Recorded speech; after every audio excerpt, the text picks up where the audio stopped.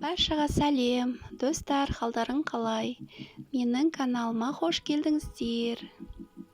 Әр күніміз тек сәттілікке толы болсын.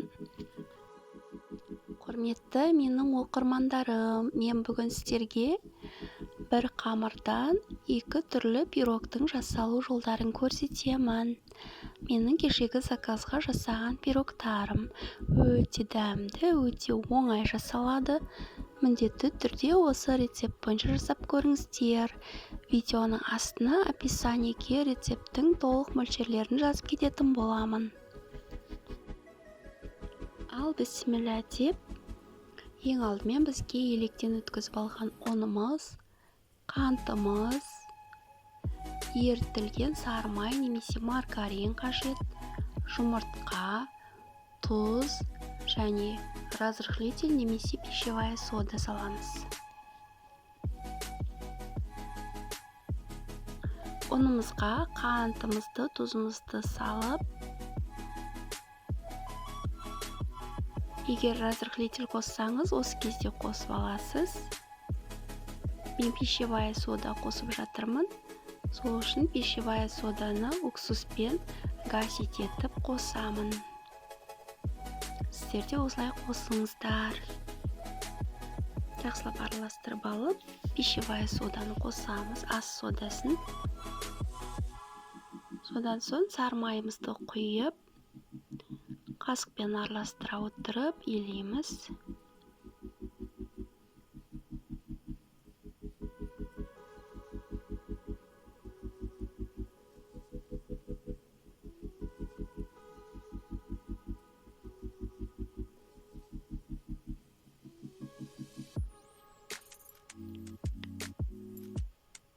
Үш жұмыртқамызды қосып, әдемілеп қолымызбен қамыр елейміз.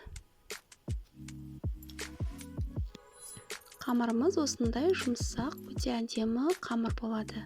Қамырымызды екіге бөліп демалдырып қоямыз. Содан соң бірінші қамырымызға сүзбе немесе творогты, қант, жұмыртқа, ванилин салып, творогымызды дайындап аламыз.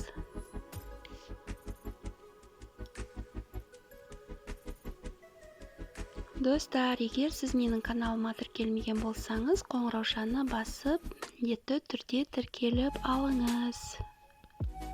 Достар, егер сізде блендер жоқ болса, осылай қасықпен езе отырып, творогты салманы дайындауға болады.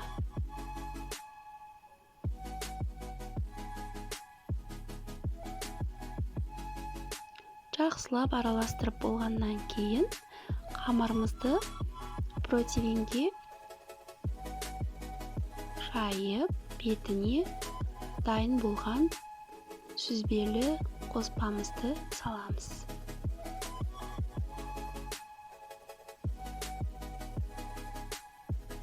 Тегістеп жайып шығамыз. Қызып тұрған печкада 170 градуста 30-35 минутта пісіріп аламыз.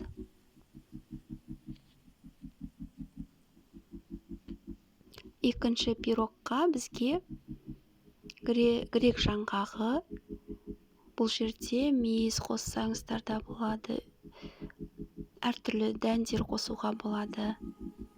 Менің клиентім тек грек жаңғағымен жасауды өтінді, сондықтан тек грек жаңғағын майдалап турап аламыз. Содан соң қамырымызды жайып, жаңғақты салып, бетіне сгущенка құйып, тегістеп шығамыз. Осылай қызып тұрған духовкада 170 градуста 30 минутта, 35 минутта пісіріп аламыз. Достар, міне біздің пирогтарымыз дайын. Менің клиентіме өте қатты ұнады, өте көп алғысын айтты. Қонақтарға қойғанға өте дәмді, өте керемет. Міндетті түрде осы рецепт бойынша жасап көріңіздер. Достар, видео ұнап жатса, лайк басып, комментарий жазып кетейік. Менің келесі видеоларымды жіберіп алмас үшін каналға тіркеліп қоюды ұмытпайық. Достар, менімен бірге болғандарыңызға, мені қолдауларыңызға алғысым шексіз. Сау болыңыздар.